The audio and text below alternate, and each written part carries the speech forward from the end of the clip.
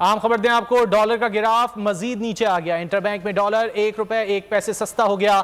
Interbank में dollar 279 रुपए 50 पैसे पर ट्रेड कर रहा है। डॉलर की कदर में कमी का सिलसिला जारी है। तफसीलात जानेंगे कफील अहमद से। कफील, आगाह कीजिए।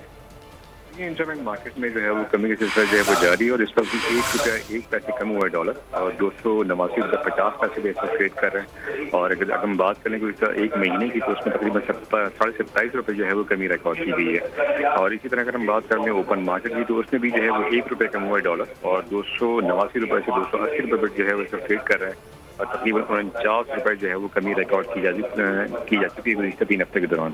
तो मजमूई तौर पर जो अगर हम बात करें डॉलर में जो है वो कमी हो रही है और रुपया जो है वो मुस्तकम हो रहा है और मैं इनका यही कहना है कि मजीद इसमें जो है वो कमी रिकॉर्ड की जा सकती है। हम अगर हम बात कर लें पाकिस्तान स्टॉक मार्केट की तो उसमें 238 पॉइंट का इजाफा रिकॉर्ड किया गया है और 48,378 के लेवल पर मार्केट जो है वो इस वक्त ट्रेड कर रही है।